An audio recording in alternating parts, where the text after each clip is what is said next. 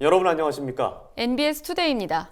전 세계적으로 인플레이션 조짐이 나타나면서 올 하반기 농가 경제에도 먹구름이 낄 전망입니다. 국제 유가 상승으로 유류비가 오르는 건 물론 국제 펄프 가격 급등으로 포장재 가격까지 높아지는 등 생산 재비용이 전방위적으로 늘고 있기 때문입니다.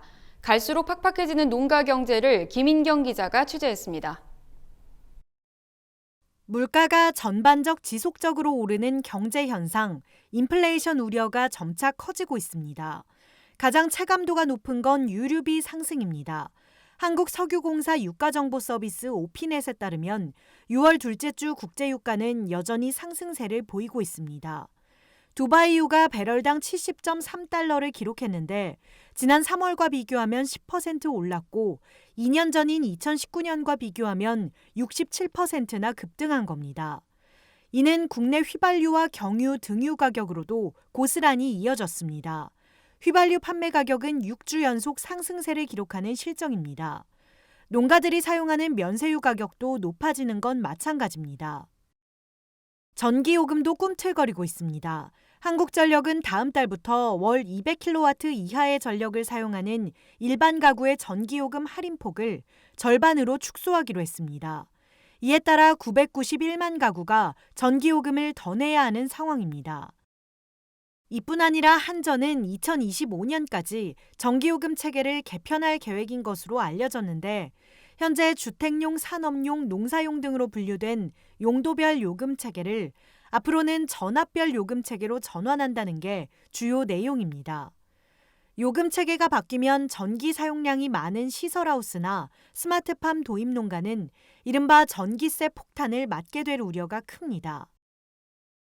유류비 같은 경우는 농가는 면세유를 쓰시잖아요. 그렇더라도 조금 영향이 있겠지만 한전이 계속 적자의 원인을 농가전기로 얘기를 하고 있어서 저희들도 그 부분 걱정이긴 합니다. 기름, 전기에 이어 포장재까지 농가들의 골치를 썩이고 있습니다. 지난해 말부터 시작된 골판지 대란으로 올해 들어 택배 상자 가격이 20% 이상 오른 데 이어 국제 펄프 가격 급등세로 다른 포장재 가격도 인상이 우려되는 상황입니다. 국내 1위 제지업체인 한솔제지는 최근 감열지와 백상지, 백판지 가격을 인상했고 2위 업체 무림페이퍼도 인쇄용지 가격 할인율을 낮추는 등 제지업계의 가격 인상 추이는 가속화하고 있습니다. 업계에서는 여름 비수기가 지나면 펄프 등 원자재 가격이 더욱 상승할 것이란 전망이 나옵니다.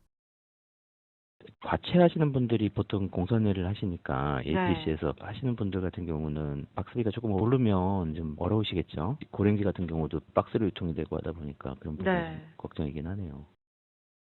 생산비는 늘고 농산물 값은 그대로고 농가 인구는 줄어드는 추세가 이어지는 만큼 농업계에서는 정부가 우리 농업이 지속 가능하도록 뒷받침해줄 필요가 있다는 주문이 나옵니다.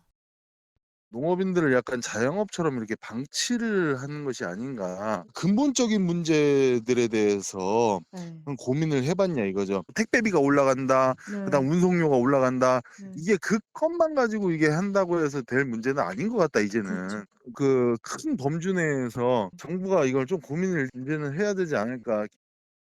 농산물 가격이 생산 재비용 증가 추이를 못 따라가면서 농촌에선 농사를 지을수록 손해라는 말이 공공연히 돌고 있습니다. 농업농촌을 지키고자 하는 농민들을 뒤에서 든든히 받쳐주는 정부의 역할이 절실한 시점입니다. NBS 김인경입니다.